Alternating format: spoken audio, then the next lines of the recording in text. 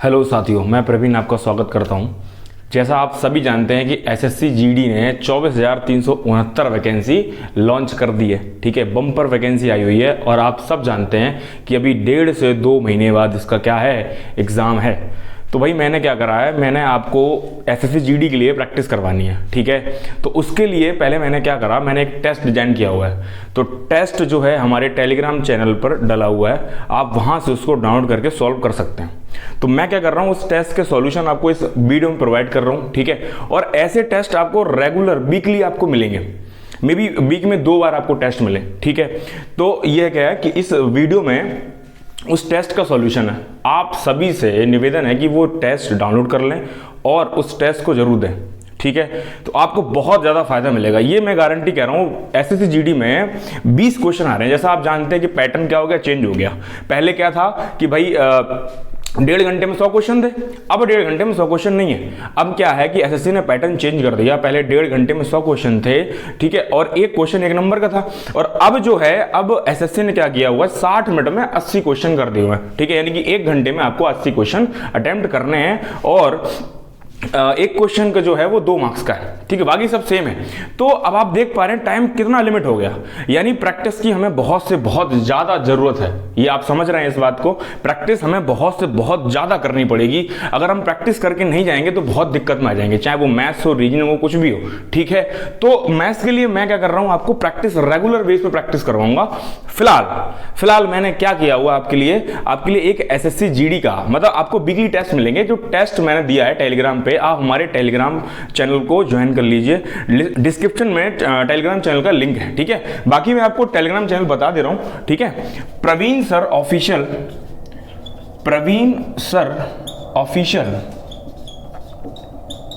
आप सर्च करेंगे टेलीग्राम पे तो आपको मिल जाएगा। इन केस लिंक काम नहीं कर रहा है तो आप इस पे सर्च कर सकते हैं, आप उस टेस्ट को यहां से आगे डाउनलोड कर सकते हैं। ठीक है, आपको रेगुलर अपडेट्स, जितने भी गवर्नमेंट जॉब्स वगैरह होती हैं उनकी अपडेट्स, और हमारे एसएससी जीडी के लिए जो मैंने टेस्ट प्रोवाइड करा हुआ है, आपको वो यहीं से प्रोवाइड हो जाएगा। ठीक है, तो अब समय ना खराब करते हुए आपको आपका टेस्ट का सोल्यूशन दिया जाता है। ठीक, सवाल पहला क्या है कि एक वर्ग ए का विकर्ण a + b इकाई है। वर्ग b जिसका क्षेत्रफल वर्ग a क्षेत्रफल से दोगुना है, उसके विकर्ण पर खींचे गए वर्ग का क्षेत्रफल ज्ञात कीजिए। देखो सिंपल सी बात है बेटा, 2 अलग अलग वर्ग हैं। एक वर्ग कोई a है, एक वर्ग a है, और एक वर्ग कोई है बच्चा क्या, b है, कोई एक वर्ग b है। इसका विकर्ण हमें प्रोवाइड है और कह रहा विकर्ण b पर एक नया वर्ग बना दिया है और हमें इसका क्षेत्रफल बताना है। ठीक है, अब समझो सवाल क्या होगा। और सवाल ने ये बोला है कि जो इसका एरिया होगा वर्ग ए का, वो इसका जो एरिया होगा उसका ये दुगना है बेटा। ठीक है, ये क्या है, दुगना है। तो तरीके बहुत सारे हैं, पहले मैं बेसिक समझा दूं तरीके, फिर आपको एक तरीका बताऊंगा, बहुत 1 सेकंड में सवाल कर पाएंगे आप। ठीक है, घबराने की बिल्कुल जरूरत नहीं है, गणित बहुत आसान हो जाएगी आपके लिए। ठीक है, चलिए। तो लाला बच्चा देखो यहां से क्या है कि इसका विकर्ण जो दिया है, लेट्स से मैंने a और यहां पे मैंने a और c मान लिया, तो a c की वैल्यू जो विकर्ण दे रखा है वो a + b दे रखा है। आप भली भांति जानते हैं कि एक वर्ग जो होता है, एक वर्ग की 4 भुजाएं कैसी होती हैं बच्चा, बराबर होती हैं। एक वर्ग की भुजाएं जो होती हैं, ये चारों साइड कैसी हैं, बराबर हैं। लेट्स से मैंने कहा ये स्मॉल a है, तो ये √2 स्मॉल a हो जाएगी। ठीक है, यानी जो विकर्ण होता है, क्योंकि यहाँ 90 फॉर्म करता है, तो ये जो विकर्ण होगा वो √2a फॉर्म हो जाएगा। अब एक्चुअली इसमें a भी दिए तो आप a मत मानो, यहाँ पे x मान लो, ज्यादा अच्छा रहेगा। यहाँ x, यहाँ x, यहाँ x। तो आप बताओ मुझे छोटी सी बात, √2x की वैल्यू a + b है, तो यहां से x की वैल्यू क्या आ जाएगी, x की वैल्यू a + b √2 आ जाएगा, नहीं आ जाएगा, बोलो हाँ या ना, यस और नो, आ जाएगा, बोलो हाँ या ना। ठीक है, तो अब आप मुझे एक बात बताओ, ये आ गया क्या, इसका साइड आ गई, यानी मैंने साइड क्या फॉर्म करी हुई है, मैंने x मानी हुई है। तो एक वर्ग की अगर साइड x है, एक वर्ग की साइड x है, तो इसका एरिया क्या होगा, आप भली भांति जानते हैं एरिया होता है x², यानी भुजा का स्क्वायर या साइड का स्क्वायर अगर मैं कर दूं तो एक वर्ग का एरिया निकल आएगा। अगर मैं इसका स्क्वायर करूं बेटा, तो इसका स्क्वायर आप देखो यहां से a + b का होल स्क्वायर, यानी √2 का पूरे का होल स्क्वायर हो जाएगा, बोलो हाँ या ना। अगर मैं इसको खोलूंगा तो a + b का होल स्क्वायर और ये नीचे 2 आएगा, बोलो आएगा। अब ये किसका एरिया है, ये वर्ग a है, इसका एरिया है। वर्ग क्या है, वर्ग a है, इसका एरिया है। लेकिन मुझे निकालना वर्ग b का, और सवाल ने बोला है वर्ग b का जो एरिया है वो a से दुगना है, यानी इसका जो एरिया आएगा वो आएगा एरिया ऑफ बी, मैं यहां लिख रहा हूं एरिया ऑफ बी, तो ये ए प्लस बी का होल स्क्वायर बटा 2 गुणे 2 है, वो दुगना बोला उसने, तो मैंने 2 से 2 कैंसिल कर दिया, यानी कि मेरे पास जो बी मैंने मान लिया इसका एरिया कितना है, यहां पे मैंने इसकी साइड मैंने इसको बाई मान लिया है बच्चा, क्या मान लिया है, बाई, तो इसका एरिया क्या हो जाएगा, बाई स्क्वायर, तो इसका एरिया आ गया बाई स्क्वायर की वैल्यू आ गई ए प्लस बी का होल स्क्वायर। तो यहां से आप जानते हैं, यहां से हम बाई निकाल लेंगे, तो बाई की वैल्यू ए प्लस बी आ जाएगा, अरे बोलो हाँ या ना, आ जाएगा, यानी बाई की जो वैल्यू आ गई बच्चा वो क्या आ गई, वो आ गई ए प्लस बी, ए प्लस बी आ गई। अब ए प्लस बी अगर साइड है तो इसका √2 ए प्लस बी क्या होगा बच्चा, विकर्ण होगा नए वाले का। अब एक बात बताओ कि इसके विकर्ण है √2 ए प्लस बी और इसके विकर्ण पे एक वर्ग, नया वर्ग फॉर्म किया है, और आप जानते हैं वर्ग की प्रत्येक भुजा कैसी होती है, बराबर होती है, यानी √2 ए प्लस बी की जो यहां पे जो नया फॉर्म कराया आपका स्क्वायर, उसकी साइड क्या बन जाएगी ये, और इसका अगर मैं स्क्वायर कर दूंगा तो ए प्लस बी का अगर मैं होल स्क्वायर करूंगा तो ये रूट स्क्वायर या √2 का स्क्वायर 2 हो जाएगा और ए प्लस बी का होल स्क्वायर, ये क्या आ गया, ये नए वाले जो क्या नाम है स्क्वायर फॉर्म किया उसका एरिया आ गया। ये तो बड़ा लेंदी तरीका हो गया भैया, ये तो क्या होगा, बड़ा तामझाम बड़ा लेंदी तरीका हो गया, लेकिन ऐसे नहीं करना। अब कैसे करना, फटाफट मेरी छोटी सी बात सुन लो, आपको समझ में आ जाएगा कि कैसे करना है इस सवाल को, ठीक है। चल अच्छा, मैंने आपको बोला है कि एक बात सुनना, जैसे कि किसी भी वर्ग की, अगर वर्ग की मैं साइड की बात करूं, साइड हो गया, डायगोनल हो गया, ठीक है, साइड को बेटा हिंदी में बोलते हैं भुजा, और डायगोनल हो गया आपका विकर्ण, ठीक है, डायगोनल आपका विकर्ण हो गया। मैंने आपका पेरीमीटर बोला, पेरीमीटर, ठीक है, मैंने आपका परिमाप कह दिया।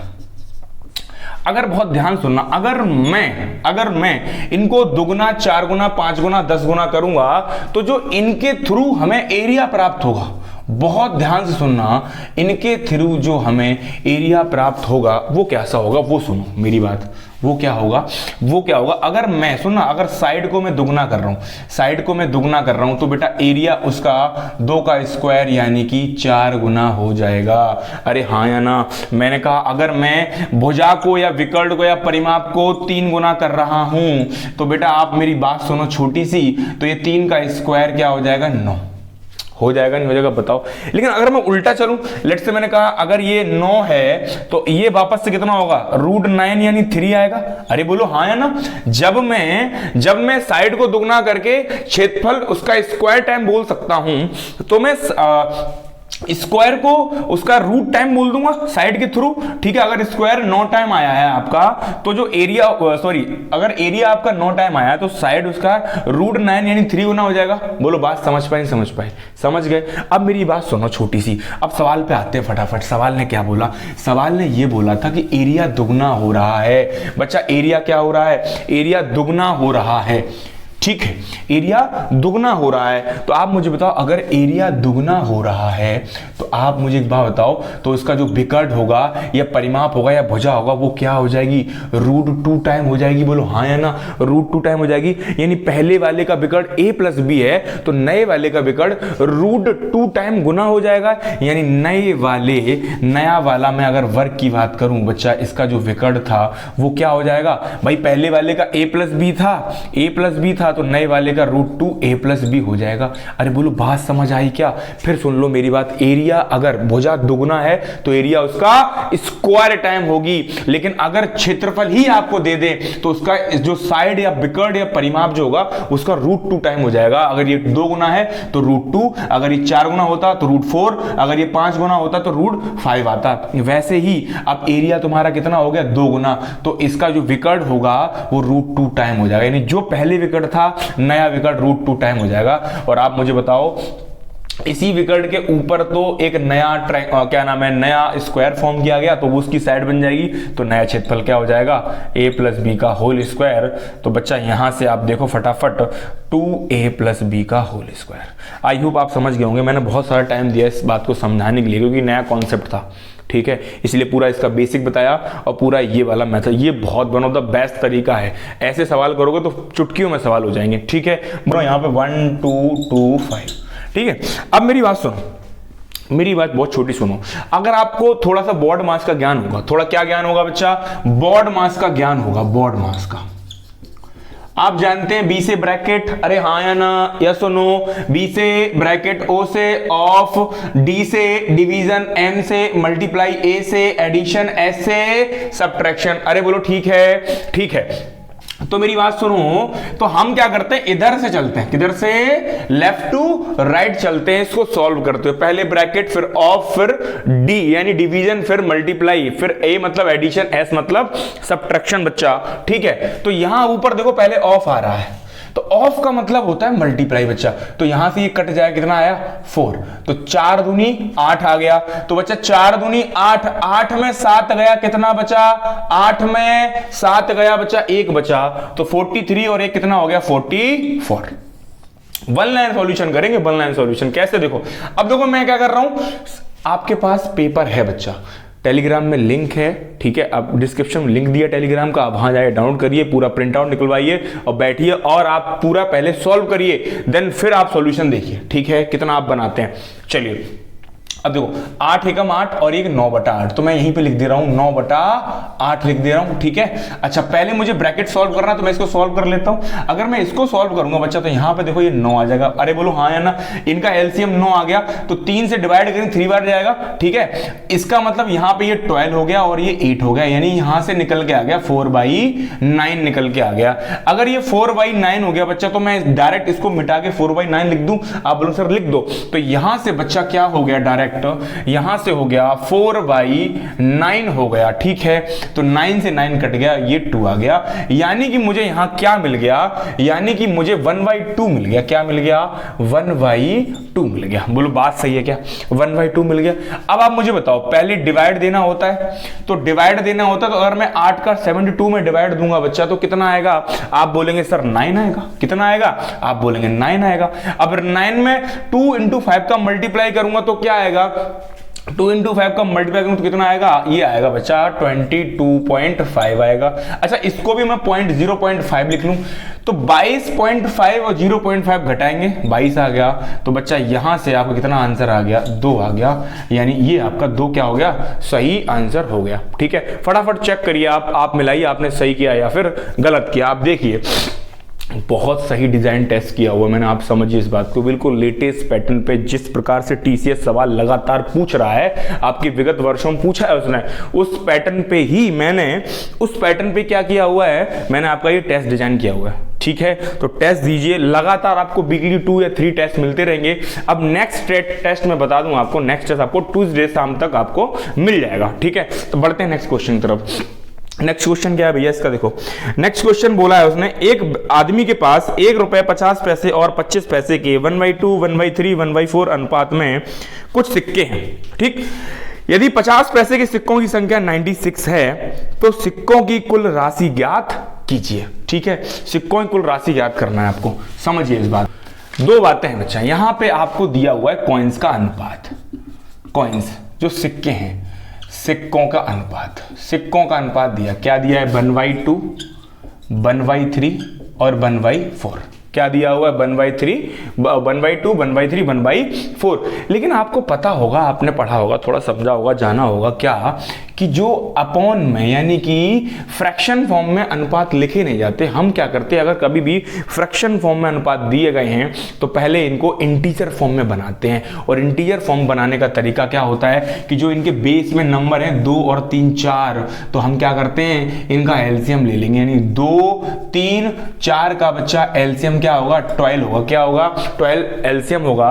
अगर 12 एलसीएम अगर मैं सब में मल्टीप्लाई कर दूं, तो मेरे पास एक्चुअली कॉइन्स का नया रेशियो क्या आ जाएगा, कॉइन्स का जो रेशियो आएगा, अगर मैं 12 से गुणा कर देता हूं, तो आप गौर फरमाओ, 2 से बच्चा डिवाइड किया इसको, तो ये 6, ये 4 और ये 3।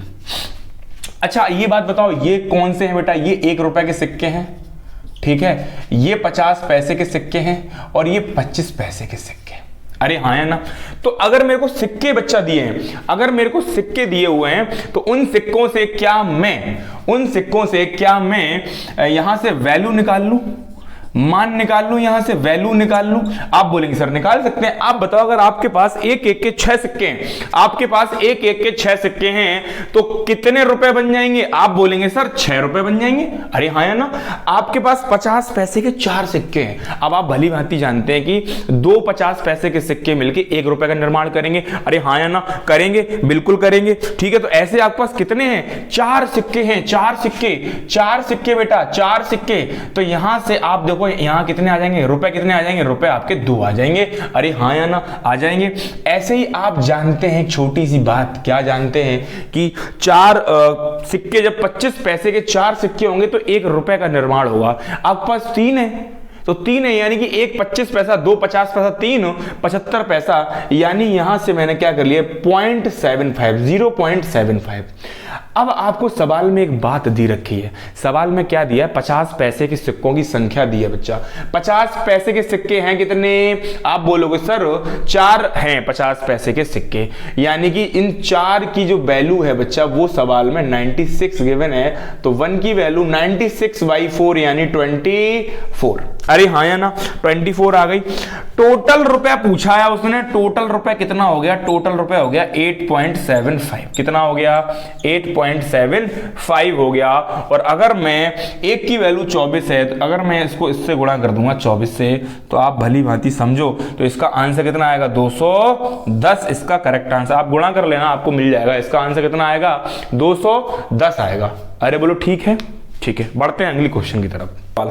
4 नंबर सवाल है, पाइप ए टैंक को 36 मिनट में भर सकता है और पाइप बी उसे 45 मिनट में खाली कर सकता है। यदि दोनों पाइप एक साथ खोल दिए जाते हैं तो टैंक की आधी क्षमता, जितनी भी टैंक की कैपेसिटी है उसकी आधी कैपेसिटी को भरने में कितना समय लग रहा है? कितना समय लग रहा है? ट्राई करिए इस सवाल को।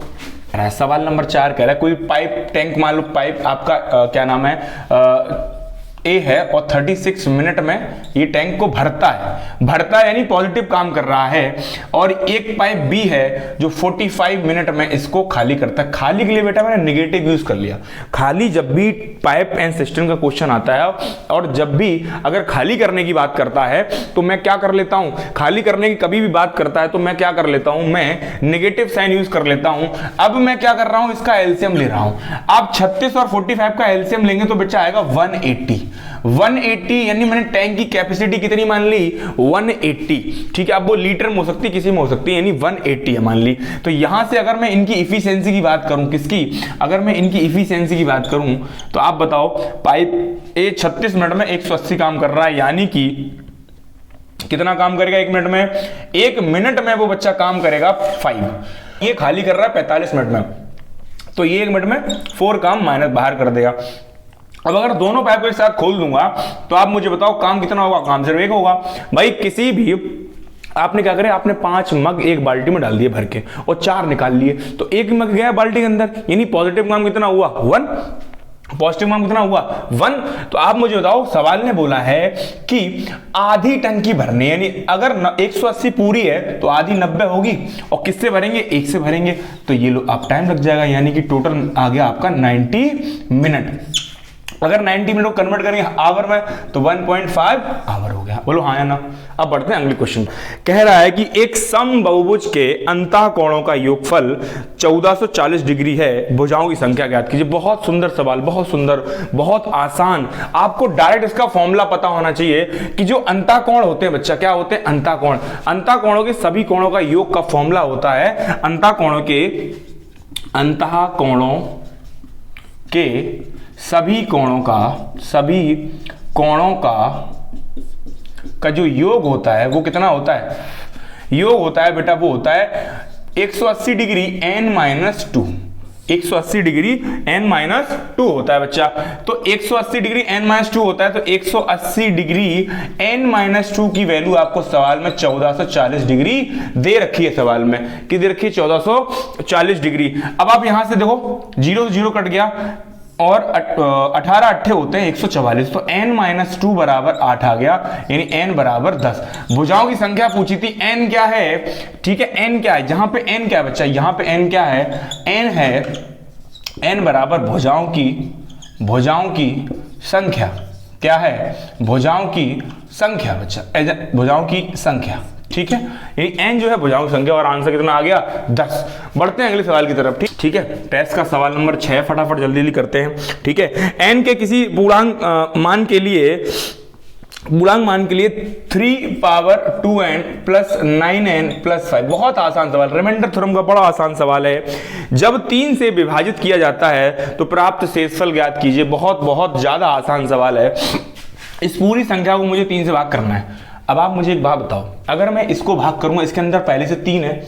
अब कभी भी ध्यान सुनना बच्चा, कभी भी किसी भी संख्या को अगर मैं भाग करता हूं, जैसे मान लो मैंने 12 को 4 से भाग किया, तो अगर 12 के अंदर 4 है तो कभी भी कोई रिमाइंडर नहीं आएगा, हमेशा रिमाइंडर 0 आएगा।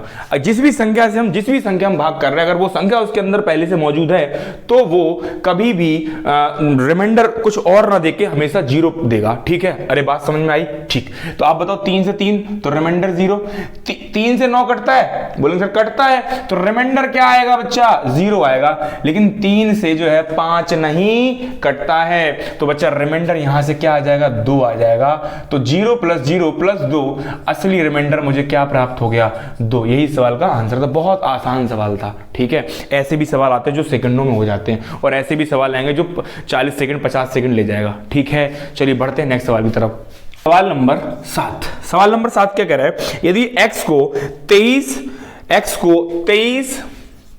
39 यानी 23, 39 और 32 और 56 प्रत्येक में से घटाया जाता है तो प्राप्त होने वाली संख्याएं समानुपात में होती हैं। तो बताइए कि x प्लस 4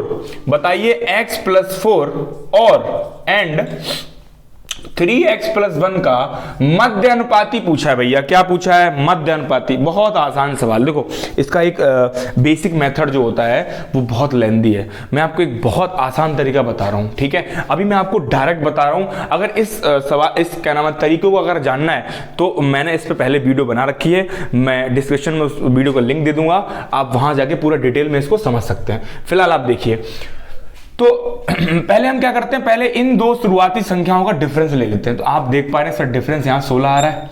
फिर इन दो संख्याओं का मैं क्या कर लेता हूं बच्चा, इन दो संख्याओं का मैं और डिफरेंस ले रहा हूं, तो यहां से 24 आ रहा है। फिर जो यहां से जो डिफरेंस आया, इस डिफरेंस को मैं क्या कर लेता हूं, इनका अनुपात ले लिया 2:3। अरे हाँ या ना, ये बात समझ में आई? मैं फिर बता रहा हूं, मैंने पहले इनका डिफरेंस लिया, फिर इनका डिफरेंस लिया, और इनका मैंने क्या करा, यहां से अनुपात ले लिया। तो ये जो 3 है इसका गुणा इस पहली वाली संख्या में, ये 2 है इसका गुणा इस पहली वाली संख्या में। तो इसका गुणा अगर मैं यहां करूंगा तो आप देखो 23 3 कितने होते हैं? 69। ठीक है, बोलो हाँ या ना, होते हैं। अच्छा, यहां गुणा कर रहा हूं 2 का, 32 दूनी 64, तो बच्चा यहां पे 64 आ गया। और हमें क्या लेना है, इनका अंतर, और इसको क्या बोलते हैं, ये है बड़ा अंतर। क्या बोलते हैं? बड़ा अंतर। तो कितना आ गया बड़ा अंतर? आप देख रहे हो 5 है। और जो यहां अनुपात है, इनका जो डिफरेंस लेंगे इसको बोलेंगे छोटा अंतर, इसको बोलेंगे छोटा अंतर, छोटा अंतर। अच्छा, 1 की वैल्यू क्या आ गई? 5 आ गई। जो वैल्यू यहां से 1 की आएगी वही हमारी x की होगी, यानी x की वैल्यू भी क्या आ गई? 5। अच्छा, अब मुझसे क्या पूछा है? मुझसे पूछा है x प्लस 4 और 3x प्लस 1 का मध्य अनुपाती। तो मध्य अनुपाती को हम क्या करते हैं, रूट में मध्य, अगर मान लो ये लेट से ये a है और ये b है, तो मध्य अनुपाती होता है रूट a b। तो हम क्या कर देंगे, x प्लस 4 और 3x प्लस 1 कर देंगे भैया। क्या कर देंगे? x प्लस 4 और 3x प्लस 1 कर देंगे। तो x की वैल्यू हमने निकाल ली 5, तो बेटा 5 प्लस 4 कितना होगा? 9। और ये देखो 5 थी 15 और 1 16, 15 और 1 16, यानी कि रूट के अंदर यहाँ पे 9 गुणे 16, बाहर निकालेंगे 3 गुणे 4, आंसर कितना आएगा? 12 हमारा करेक्ट आंसर है बच्चा इस सवाल का। ठीक है, ठीक, समझ में आ गया होगा।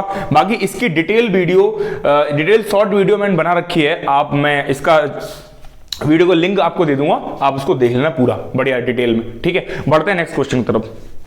सवाल नंबर 8 क्या कह रहा है? बहुत अच्छा सवाल है और ये शायद आया हुआ सवाल है, आप समझिए इस बात को। ए बी से 20% कम है और सी डी से 20% अधिक है, यदि डी ए से 25% कम है तो निम्न में से कौन सा सही है? सबसे पहले इसके ऑप्शन लिख दे रहा हूं। ठीक है, बाकी आपके सब कुछ आपको दिया है सीट के अंदर, आप सीट प्रिंट आउट करवा लीजिए, वहां आपको सब कुछ मिल जाएगा। तो बी बराबर 0.675 सी है, तो सी बराबर 0.72 बी है, और बी बराबर 0.7 सी है, और C बराबर 0.67B5 भी है। इस ऑप्शन से मैं एक बात समझ पा रहा हूं, क्या समझ पा रहा हूं, ऑप्शन से एक बात ये समझ पा रहा हूं कि सिर्फ B और C में रिलेशन पूछा है। देखो समझ पा रहे, तो हमें ज्यादा सबको नहीं छेड़ना, ठीक है, हमें बी और सी को समझना है। अब सवाल ने क्या बोला है, ए बी से 20% कम है। बहुत सहूलियत से सवाल करना है, ए जो है बी से 20% कम है। अब आप मुझे बताइए 20% की जो फ्रैक्शन होती है वो क्या होती है, 1/5। आप बोलोगे सर 1/5 होती है, यानी कि ए जो है बी से 20% कम है। अगर बी 5 है तो ए 4 होगा। बोलो हाँ या ना, होगा। बहुत ध्यान से करना है। अब मैं सी डी नहीं ले रहा हूं, मैं डी ए ले रहा हूं। तो अगर मैं यहां पे ए और रेशियो डी ले लूं तो ए और डी के बारे में क्या बोला है कि डी जो है वो ए से 25% कम है, यानी 1/4। जो डी है ना वो ए से कम है। अगर डी ये 4 है बच्चा तो ये 3 आ गई। बोलो हाँ या ना, डी जो है 25% कम है। इसके बाद उसने बोला है सी और डी, तो यहां डी और सी को ले रहा हूं मैं, ठीक है। तो डी और सी मतलब यानी 20% बोला, अधिक है यानी 1/5। तो सवाल ने बोला सी जो है डी से अधिक है। अगर डी 5 है तो सी 6 हो जाएगी। बोलो हाँ या ना। अरे बात सही है क्या, बात सही है क्या, समझ आ रही है आपको? मैं एक बार फिर कंफर्म कर लेता हूं। सवाल ने बोला है कि सी जो है डी से अधिक है, बिल्कुल सही है। अब मुझे क्या चाहिए बच्चा, बी और सी चाहिए। आप मुझे यहां बहुत ध्यान से सुनो, क्या चाहिए, बी और सी। तो आप बोलेंगे सर बी कहां है, यहां है, तो चुपचाप से नीचे चले आओ। तो बी का अनुपात यहां आ जाएगा 25 को 100 अनुपात। कहीं और भी नहीं था तो हमने डायरेक्ट क्या कर दिया बच्चा, यहां से गुणा कर दिया, ठीक है। अच्छा सी, हमें सी चाहिए क्योंकि हमें रिलेशन बी और सी में चाहिए। तो सी क्या है, आप देखो सी कहीं है, बोलेंगे सर सी यहां पे है, और कहां है, यहां है, लेकिन कहीं और नहीं तो गुणा कर दो सीधा। 12×72 यानी कितना आ गया, 72। यानी बी और सी का अनुपात कितना आ गया, 72 आ गया। लेकिन अगर मैं इसको लिख लूं तो मैं इसको C/B अगर लिख लूं तो आप देखो 72/100 आएगा। अगर मैं इसको ऐसे लिख लूं 72, मैं यहां से पॉइंट हटा के 0 लगा दूं, यहां पे सॉरी 0 हटा के पॉइंट लगा दूं तो 0.72B आ जाएगा। बोलो हाँ या ना, अरे हाँ या ना बोलो। तो C बराबर 0.72B हो जाएगा। यानी कौन सा ऑप्शन सही बैठ रहा है, आप देखो ये हो जाएगा, ऑप्शन बी सही हो जाएगा। बहुत अच्छा, बहुत सुंदर सवाल है, ठीक है। बढ़ते हैं नेक्स्ट क्वेश्चन की तरफ। नो, दो रेलगाड़ी किसी प्लेटफॉर्म पर खड़े एक व्यक्ति को क्रमशः 16 सेकंड 18 सेकंड में पार करती हैं, जबकि समान दिशा में चलते हुए एक दूसरे को 50 सेकंड में पार कर लेती हैं। यदि पहली रेलगाड़ी की चाल दूसरी रेलगाड़ी से अधिक हो तो दोनों रेलगाड़ियों की चाल का अनुपात ज्ञात कीजिए। बहुत आसान सवाल है, अगर आपको पता है तो बहुत आसान है, नहीं तो ये बहुत टेढ़ा सवाल हो जाएगा। मैं कुछ नहीं करता हूँ, सिंपली बेसिक से बताता हूँ आपको। आप देखो मैंने कह दिया, उसने एक बात उसने क्या बोली है कि जो भी रेलगाड़ी की चाल है पहली वाली की ज्यादा है दूसरी वाली की कम है। तो मैं क्या कर रहा हूं, मैं B1 B2 मान ले रहा हूं। अगर पहली वाली ज्यादा है तो ये इसकी वाली क्या होगी, ज्यादा होगी, ठीक है। सवाल ने बोला है कि 16 सेकेंड में पहली वाली। तो आप मुझे एक बात बताओ, जब भी ट्रेन, मेरी बात बहुत ध्यान से सुनना, जब भी ट्रेन किसी व्यक्ति को पार करती है, किसी पोल को पार करती है, तो वो क्या करती है, वो हमेशा अपनी दूरी के बराबर दूरी तय करती है। आप सबको पता होगा। तो अगर रेलगाड़ी 16 सेकंड में कोई चीज़ पार कर रही है, उसकी चाल B1 है, तो इसकी चाल क्या हो जाएगी, B1 इंटू, आप जानते हैं डिस्टेंस बराबर होता है स्पीड इंटू टाइम। अरे हाँ है ना, डिस्टेंस बराबर स्पीड इंटू टाइम जानते हैं। तो यानी कि प्लेटफॉर्म पर एक व्यक्ति खड़ा, उसको 16 सेकंड में, यानी इसने अपनी दूरी चल ली। प्लस अगर मैं बात कर रहा हूं एक और ट्रेन है, ठीक है, एक और ट्रेन है, वो 18 सेकंड में। टोटल डिस्टेंस कितनी होगी, इतनी हो गई, ठीक है। जब इन्होंने अलग अलग पार किया तो इतनी होगी, लेकिन जब वो एक साथ पार कर रही हैं। अच्छा एक बात और आपको पता होनी चाहिए कि जब ट्रेन सेम डायरेक्शन में जाती हैं तो उनकी स्पीड्स जो होती है बच्चा, वो सब्ट्रैक्ट हो जाती हैं, और अगर विपरीत अपोजिट डायरेक्शन होगा तो उनकी चालें होती हैं वो जुड़ जाती हैं। यहां पर उसने बोला है समान दिशा। अगर समान दिशा बोला है तो उनकी चालें क्या हो जाएंगी, घट जाएंगी। यानी कि time into speed, speed B minus B2। अब आप बोलेंगे सर B1 में से B2 क्यों घटाया, क्योंकि उसने पहले ही बोल दिया कि इसकी चाल ज्यादा इसकी कम है, तो इससे घटाएंगे इसको, ठीक है। अब कुछ नहीं, बस सॉल्व कर लो आपका आंसर। तो आप देखो यहाँ पे ये 16 B1 प्लस 18 B2 बराबर 50 B1 माइनस 50 B2। एक लाइन में करना सीखो आप। अगर मैं B2 को इधर लाऊंगा तो आप देखो यहाँ 50 और 18 कितना हो जाएगा बच्चा, 68 B2 हो जाएगा। और अगर मैं 16 उधर ले जाऊंगा B1 के पास तो ये 34 B1 आ जाएगा। तो यहाँ से B1 और B2 का अनुपात बच्चा आप भली भांति समझो, ये इधर गया हुआ है तो ये इधर आएगा, तो 68/32 आंसर क्या आ गया 2/1। यानी जो सवाल नंबर, ठीक है, ये जो सवाल है इसका आंसर क्या आ गया 2/1। ठीक है, चलिए आगे बढ़ते हैं। अगला सवाल नंबर 10 बहुत प्यारा सवाल है। 5 + √3 7 - 4 √3 बराबर 47a + √3b। ठीक है, बहुत प्यारा सवाल है, बहुत सुंदर सवाल है। इसके लिए मैं आपको एक छोटी सी बात समझा दूं, जैसे कि ये जो लिखा है इसको डायरेक्ट कैसे करना है, एक लाइन में कैसे करना, वो सुनना है आपको। एक लाइन में कैसे करना है ये बहुत बच्चों, जिन बच्चों ने मुझसे ऑफलाइन पढ़ा हुआ है उन्हें पता होगा कि इसको कैसे 1 सेकंड में कर देते हैं, कैसे कर देते, तो वो सुनो। जैसे ये लिखा हुआ है बच्चा 1/7 - 4 √3। बस आपको ये पता होना चाहिए कि बड़ा नंबर आगे हो, छोटा वाला पीछे हो, नहीं तो गड़बड़ हो जाएगी। ठीक है, तो आप बड़ा और छोटा पता कैसे करेंगे, तो बेटा इसका स्क्वायर करो, कितना आएगा 49, इसका स्क्वायर करो 16 × 3 = 48 यानी कि 48, यानी अब बड़ा कौन सा ये है, अगर ये बड़ा है तो ये नंबर भी बड़ा हो गया। बोलो बात समझ में आई। कभी भी ऐसे संख्याओं में बड़ा पता करना हो तो इनके स्क्वायर का पता कर लो, जिसका स्क्वायर बड़ा वो संख्या बड़ी। तो अब इस सवाल को करेंगे कैसे, इसको वापस से मुझे 1/, से ऊपर ले जाना, फ्रैक्शन खत्म करनी है इसकी। तो भैया क्या करते हैं, ये जो 7 - 4 √3 लिखा है इसको उल्टा कर दो, वही सेम संख्या लिख दो, माइनस है तो प्लस लिख दो। बोलो हाँ है ना, सेम संख्या लिख दो, माइनस है तो प्लस लिख दो। अच्छा ठीक, इसके बाद क्या करना, इसका स्क्वायर 49, इसका स्क्वायर 48, इनका अंतर लिख दो हमेशा नीचे, हमेशा यहाँ चाहे प्लस हो माइनस हो कुछ भी हो, हमेशा इनके स्क्वायर का डिफरेंस आता है। तो आप देखो आपने एक लाइन में लिख लिया, क्या आ गया, ये आ गया, यानी इसकी डायरेक्ट वैल्यू क्या आ गई, ये आ गई। तो मैं वही रख दे रहा हूं यहाँ पे 5 + √3 इंटू ऊपर पहुंचेगा 7 - 4 √3। अच्छा इनका अंतर कितना आया भैया, 1 आया, तो वो तो रखो नहीं, कोई फर्क पड़ेगा नहीं। अच्छा बराबर में क्या है 47a + √3b। अरे बोलो हाँ या ना, √3b। इसके बाद फटाफट देखो आप क्या कि हम मल्टीप्लाई करेंगे, एक बार में कर लेते हैं। देखो 35 ये हो गया, यहां से 35 यहां से मिल गया, और ये यहां से गुणा करेंगे। चलो पूरा कर लेते हैं, छोड़ो देखो इसको 35 करेंगे, इसको यहां करेंगे माइनस के, सॉरी माइनस था ये प्लस हो गया। ठीक है, ये मिस्टेक हो जाती है अभी हमसे, माइनस था प्लस हो गया, तो ये प्लस, तो ये 20 √3 आ गया, यहाँ पे 7 √3 आ गया, प्लस यहां गुणा करेंगे तो ये 3 और ये 4 12 आ गया, यानी 47a + √3b। मुझे इसमें क्या a और b की वैल्यू बतानी है, तो आप देखो 35 और 12 कितने होते हैं 47, प्लस ये कितने होंगे आपके 27 √3 बराबर 47a + √3b। तो अब आप मुझे एक बात, तो अगर मैं तुलना कर दूं तो इसकी वैल्यू क्या आएगी 47 कैंसिल हो गया, a की वैल्यू क्या आ गई 1, यहां √3 कैंसिल हो गया, तो b की वैल्यू क्या आ गई 27। ठीक है, सवाल नंबर 10 था ये, क्या था सवाल नंबर 10, यानी 10 सवाल हम पूरे कर चुके हैं, फटाफट नोट करो। ठीक है, ये बहुत आसान सवाल है, आप खुद ट्राई करना है इसको। 36, 28, 43, 56, 74, 65, 12 और x, इन सभी का जो एवरेज है बच्चा वो क्या है, क्या है इन सभी का एवरेज, वो है 45। अब आप एक बात सुनो बहुत ध्यान से, एवरेज औसत का जो फॉर्मूला होता है, एवरेज का फॉर्मूला क्या होता है, वो होता है सम अपॉन नंबर। क्या होता है, सम अपॉन नंबर, यानी कि जितनी भी संख्याएं उन सभी संख्याओं का योग, और जितनी संख्या उन सभी संख्याओं की संख्या। ठीक, तो बेसिक सवाल है, आप खुद से ट्राई करें, इसको ऐड कर लें, आप इसको ऐड कर लें। ठीक है, और यहां से आप 8 से भाग कर देते, एवरेज आ गया।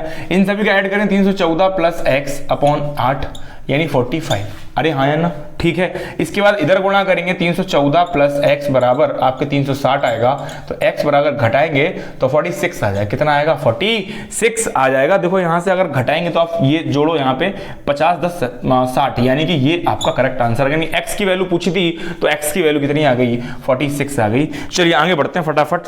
सवाल बोला है उसकी, एक घन की भुजा, a side of a cube is 15 centimeter and what is the base area of cuboid whose volume is 175 centimeter cube less than that of the cube and whose height is 32 centimeter। एक बार मैं हिंदी में पढ़ दे रहा हूं।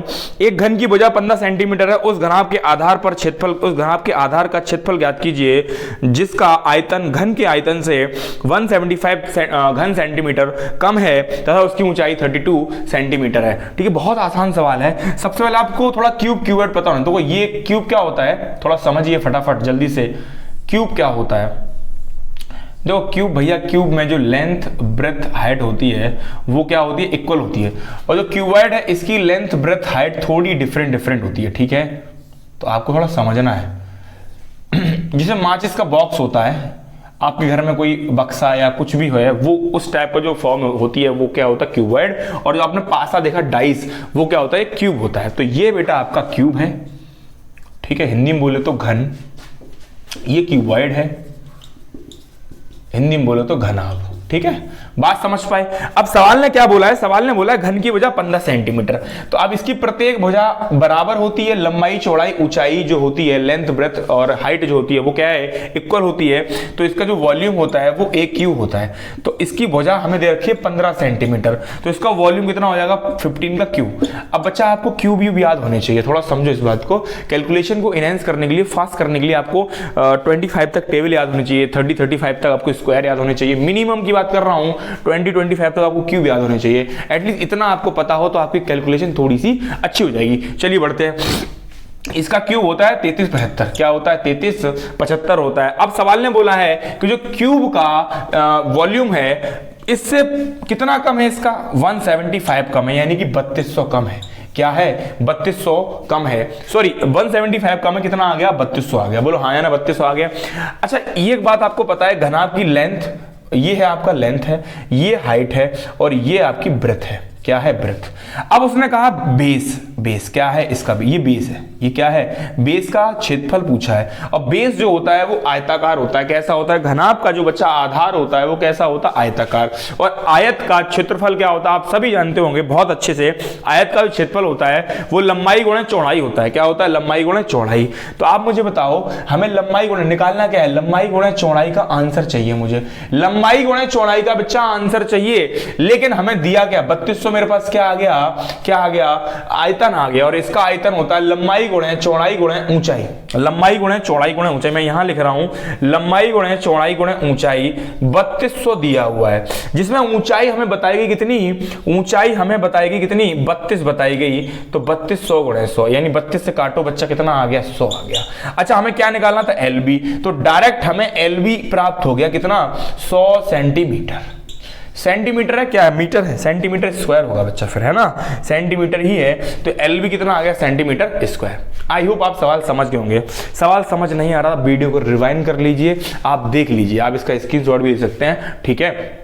तो समझना पड़ेगा आपको। ये वो क्वेश्चंस हैं जो आपके एग्जाम के लिए रिलेवेंट है, जो आपके एग्जाम में आ सकते हैं, ठीक है। चलिए बढ़ते हैं नेक्स्ट क्वेश्चन की तरफ। पास 13 सवाल है जो कि डिविजिबिलिटी रूल से सवाल दिया है।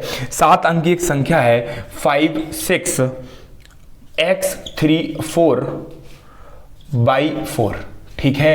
7 अंकों की संख्या है जो डिविजिबल कितने से है बेटा, 72 से डिविजिबल है। और आपसे पूछा है x प्लस वाई की मिनिमम वैल्यू पूछी है, मिनिमम वैल्यू, न्यूनतम मान, सबसे कम से कम मान कौन होगा। बड़ा आसान सवाल है। देखिए आप सभी ने 72 की डिविजिबिलिटी रूल नहीं पढ़ा होगा, क्योंकि कोई 72 के डिविजिबिलिटी रूल होता ही नहीं है। हम क्या करेंगे, इसको ऐसे दो फैक्टर करेंगे जिनका डिविजिबिलिटी रूल हमें पता हो।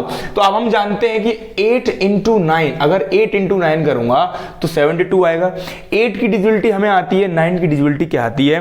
8 की डिविजिबिलिटी क्या होती है बच्चा, 8 का जो विभाज्यता का नियम होता है वो क्या होता है कि अंतिम लास्ट 3 डिजिट, लास्ट तुम्हारे जो 3 डिजिट हैं वो 8 से डिविजिबल होने चाहिए। लास्ट 3 डिजिट 8 से डिविजिबल होने चाहिए, ठीक है। सवाल यही है, लास्ट 3 डिजिट 8 से डिविजिबल होना चाहिए। और 9 की डिविजिबिलिटी क्या होती है कि सभी संख्याओं के, मतलब सभी जो डिजिट हैं, अंक हैं संख्या के, उनके अंकों का योग अगर 9 से कट गया तो सवाल 9 से कट जाएगा। अब आप छोटी सी बात समझिए, मेरे को एक बात बताओ, यहां पे कितनी वैल्यू पॉसिबल हो सकती है अगर मैं 8 से डिविजिबल करूंगा इसको, 8 से। तो 8 के लिए मैंने क्या करा, 4 by 4 को भाग करेंगे 8 से। क्या करेंगे, 8 से भाग करेंगे। तो सबसे पहले अगर मेरे दिमाग में आ रहा है, मेरे दिमाग में 2 आ रहा है, अगर इसको 4 2 4 ले लूं मैं, तो यहां से 8 5 40, 2 8 3 24, यानी बाई की पहली वैल्यू क्या आ गई, 2 आ गई। अगर मैं यहां 0 लूंगा बच्चा, कितना लूंगा, 0, तो ये पूरा कट जाएगा, लेकिन 4 फिर 8 से नहीं कटेगा। तो पहली संख्या 2 आ गई। अब इसके बाद की संख्या आप गौर फरमाओ, यहां पे अगर मैं 6 ले लूं, कितनी ले लूं, 6, तो बाई की वैल्यू अगर मैं 6 लूंगा, तो यहां पे 4 6 4 8, तो ये 5 टाइम और ये 8 टाइम जाएगा, यानी ये भी डिविजिबल हो जाएगा। यानी कि बाई की वैल्यू कितनी पॉसिबल हो गई, 2 पॉसिबल हो गई, बाई 2 और 6। लेकिन हमें कौन सा लेना है, मिनिमम लेना है बच्चा, तो हमें 2 लेके चलना है, हमें चक्कर में नहीं पड़ना, हमें क्या लेके चलना है, हमें 2 लेके चलना है। यानी कि बाई की वैल्यू हमें यहां से प्राप्त हो गई, क्या, बाई की वैल्यू हमें यहां से 2 प्राप्त हो गई, क्या प्राप्त हो गई, 2 प्राप्त हो गई। अब हमें 9 की डिविजिबिलिटी पता करनी है, तो 9 के लिए एक तरीका होता है, 9 के अंकों का योग कर लो, या फिर जो डिजिट 9 से पहले कटे उनको उड़ा दो। जैसे ये 6 और 3 कट गया, 5 और 4 कट गया, ठीक है। अब मेरे पास 4 2 6 और x बचेगा, x प्लस 6। अब मैं 6 में क्या जोड़ दूं जो 9 से कट जाए, आप देखो 6 में बच्चा मैं 3 जोड़ दूं, क्या जोड़ दूं, 3 जोड़ दूं। अब बोलेंगे सर जोड़ दो सर, तो 3 जोड़ दूंगा। अब देखो बच्चा यहां से ये 3 आ गया, बाई की वैल्यू यहाँ 2 आ गई, कितनी आ गई, इसका मिनिमम वैल्यू कितनी आ गई, 5 आ गया। 5 आपका क्या है, करेक्ट आंसर है, ठीक है। आई होप आपको समझ आ रहा होगा, ठीक है। नेक्स्ट क्वेश्चन की तरफ बढ़ते हैं फटाफट। 3 नंबर सवाल आपको कह रहा है बच्चा कि यदि 5 अंकों की सबसे बड़ी संख्या कौन सी है जो 8 12 15 20 से कटे। बच्चा इसके ऑप्शन लिख रहा हूं, ये सवाल ऑप्शन से करना बहुत ज्यादा इजी हो जाएगा। 9940, ठीक है, 9980 और 999950।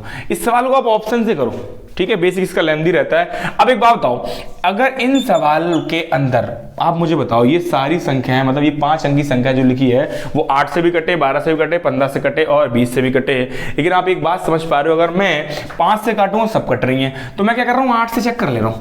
8 की डिविजिबिलिटी अभी मैंने बताई थी आपको पिछले सवाल में कि अंतिम 3 अंक अगर 8 से कट जा रहे हैं तो संख्या 8 से कटेगी। बोलो हाँ या ना, कटेगी, कटेगी सर। तो हम क्या कर रहे हैं, अंतिम 3 अंक चेक कर ले रहे हैं, अंतिम 3 अंक, अंतिम 3 अंक, अंतिम 3 अंक, ना तो ये कटेगा ना ये कटेगा ना ये कटेगा। आंसर क्या हो गया, 99960। यानी 1 सेकंड का सवाल था, आप 1 सेकंड में कर सकते इस सवाल को। 8 की डिविजिबिलिटी पता थी आपको, तो आप इससे डायरेक्ट ऐसे कर लेते, ठीक है, समझ पाए। आगे बढ़ते हैं फटाफट। तो एक दुकानदार ने 14.2/7% और 16.2/3% की 2 क्रमिक छूट पर एक वस्तु बेची, तो कुल छूट परसेंट का पता लगाएं, कुल छूट परसेंट का पता लगाएं। तो बेटा आपको फ्रैक्शन का थोड़ा नॉलेज होना चाहिए। 14:2/7 होता है 1/7, 16:2/3 जो होता है बेटा वो होता है 1/6। आप मुझे बताओ, अगर कोई चीज पहले 7 रुपए की थी, अगर 1 की डिस्काउंट दे दी तो कितने की बच रही है, 6 की बच रही है। अगर यहां कोई चीज पहले 6 की थी, अब 1 के डिस्काउंट कितना हो गया, 5। एक बात याद रखना, क्रॉस में कभी कोई चीज कटे, क्रॉस में कभी कोई चीज कटे तो उनको काट देना। यानी बच्चा ये 7 रेशियो क्या आ गया, 5 आ गया। अब आप मुझे बताओ, यानी पहले कोई चीज 7 रुपए की थी और अब 5 की हो गई, कितने का डिस्काउंट, 2 का, कितने पे, 7 पे, तो 2/7 क्या होता है आपको डायरेक्ट याद होना चाहिए, 28:4/7%। ये आपका आंसर हो गया। बोलो बात समझ आई नहीं आई, ठीक है। चलिए बढ़ते हैं। बोला क्या कह रहा है, सवाल नंबर 16, 2 वर्षों के लिए निवेश की गई किसी राशि पर चक्रवृद्धि ब्याज वार्षिक रूप से संयोजित है, यानी कि 10,125 रुपए है। यदि ब्याज की दर 25% प्रति वर्ष है तो इन 2 वर्षों बाद मिश्रधन ज्ञात कीजिए। बड़ा आसान सवाल है, कंपाउंड इंटरेस्ट का बहुत इजी सवाल है, कोई भी मुश्किल नहीं इस सवाल में, ठीक है। क्या है, 25% का आपको फ्रैक्शन पता होना चाहिए। तो बच्चा 25% का फ्रैक्शन क्या होता है, 1/4। पहले वर्ष बच्चा ये चीज 4 से कितनी हो जाएगी, 5, और अगले वर्ष भी क्या हो जाएगी, 4 से 5। यानी टोटल 2 वर्षों की बात करूं तो यहां मल्टीप्लाई कर दो, 16:25। आप बताओ 16 रुपए आप मूलधन था आपका और 25 आपका। अच्छा एक छोटी बात समझो, ये जो है ये प्रिंसिपल होता है और ये अमाउंट होता है। क्या होता है बच्चा, प्रिंसिपल और अमाउंट होता है। अगर ये प्रिंसिपल है और ये अमाउंट है, तो अगर कितना बढ़ गया यहां से, कितना बढ़ गया आप देख रहे हो, यहां से 9 बढ़ गया और सवाल कह रहा है ब्याज है कितना 10,125, कितना है 10,125। तो यहां से और अब पूछा क्या, उसने पूछा है कि मिश्रधन ज्ञात कीजिए। क्या पूछा है, मिश्रधन ज्ञात कीजिए।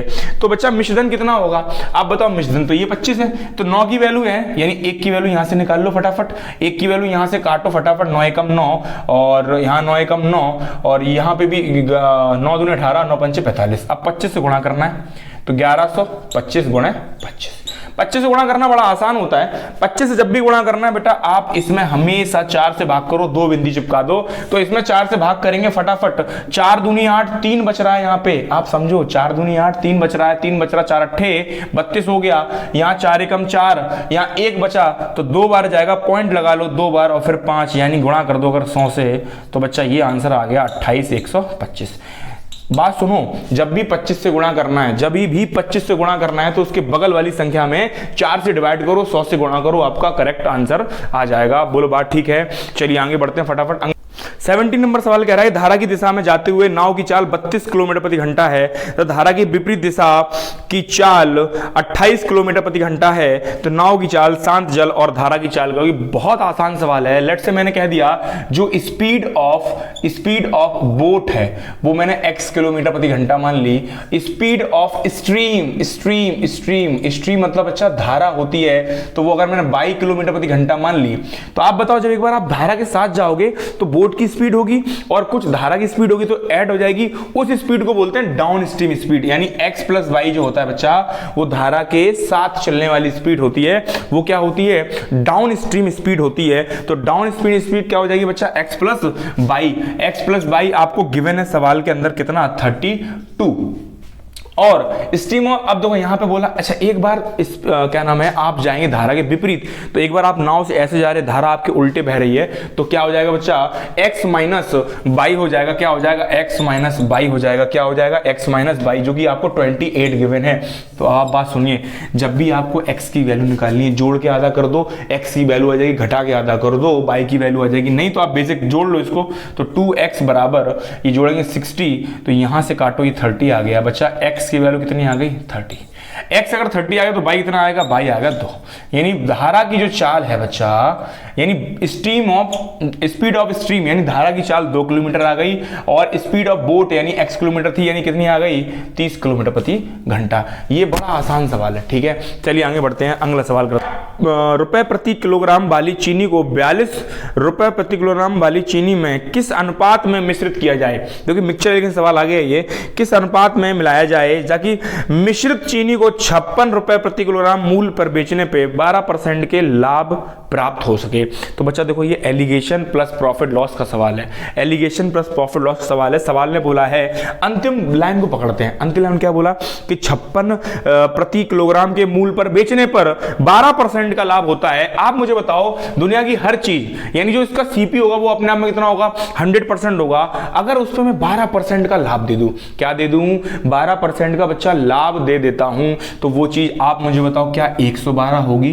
बोलेंगे सर हाँ सर 112 होगी, ठीक है। अच्छा वो कितने में सेल कर रहे हैं, परसेंटेज में सेल कर रहे हैं 112 में, और रुपयों में सेल कर रहे हैं 56 में, तो आप मुझे तो 1% की वैल्यू यहां से कितनी आएगी 56 बटा 112 यानी 1/2। अच्छा 100% मैंने कहा था 100% सीपी होता है बच्चा, तो 100% 1/2 गुणे 100 यानी कि 50 सीपी आ गया। अरे आ गया नहीं आ गया। अब एलिगेशन कैसे लगता है, एलिगेशन सेम टाइप की चीजों पे लगता है, यानी कि जो एलिगेशन में 3 एलिमेंट्स होते हैं, एक तो यहां एलिमेंट होगा, एक यहां पे और एक बीच में एलिमेंट होता है, वो तीनों सेम टाइप के होने चाहिए। अब देखो तीनों की सीपी मुझे मिल गई, यानी पहले वाले की 60 kg है, दूसरे वाले की बच्चा 42 kg है, और दोनों को मिला दिया तो कितना आ गया 50 kg आ गया फटाफट। अब आप देखो बड़े से छोटा घटाओ, छोटे से बड़ा घटाओ, बड़े से छोटा यानी बच्चा यहां से 10 आ गया, बड़े से छोटा यानी यहां से 8 आ गया। अगर मैं इनका अनुपात लूंगा 4:5 हो गया, 4:5 हो गया। फट सवाल कह रहा है कि एक दूध और पानी का अनुपात 229 लीटर मिक्सचर में दूध और पानी का अनुपात 7:2 है। दूध और पानी का नया अनुपात 7:3 के अनुपात में प्राप्त करने के लिए कितना पानी मिलाया जाना चाहिए? तो भैया देखो सवाल ने बोला है क्या कि 729 लीटर मेरे पास टोटल मिक्सचर है। पहले 7:2 में था, बाद में 7:3 हो गया, यानी हमने पानी मिलाया, अब देखो कितना सुंदर सवाल, एग्जामिनर ने क्या किया सर, सवाल में कुछ चेंज ही नहीं करा, बड़ा आसान सवाल पूछ लिया आपसे। आप मुझे बताओ अगर मैंने पानी मिलाया तो दूध को छेड़ा कि नहीं? आप बोलेंगे सर दूध को छेड़ा ही नहीं है, यानी दूध जितना पहले था उतना बाद में, जितना पहले ना उतना बाद में। अगर दूध होता जितना पहले उतना बाद में है भैया। तो आप मुझे एक छोटी सी बात बताओ, पहले टोटल मिक्सचर कितना था? 9।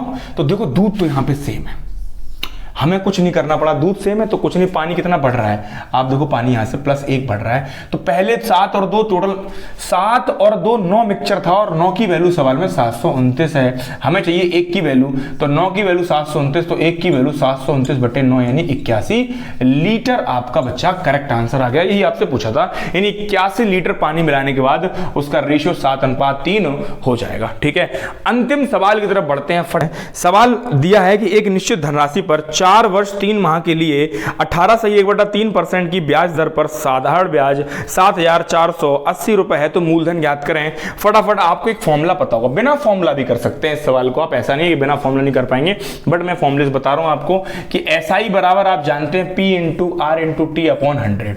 तो बच्चा SI यानी सिंपल इंटरेस्ट, SI का मतलब सिंपल इंटरेस्ट मतलब साधारण ब्याज, P मतलब प्रिंसिपल मूलधन, R मतलब रेट यानी कि दर, T मतलब टाइम यानी समय बटा 100। ठीक है, तो आपको देखो टाइम दिया हुआ, टाइम दिया है 4 वर्ष और 3 माह।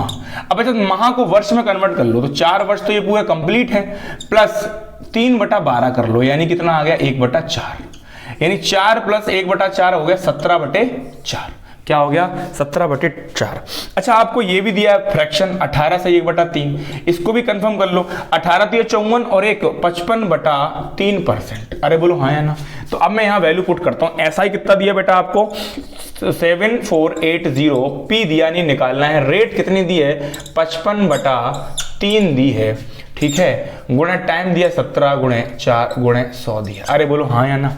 बोलो 100 दिया हुआ है, आप बोलेंगे सर दिया हुआ। अब कुछ नहीं करना, बस काटा पीटी मचानी है, मचा दो, आपका आंसर आ जाएगा।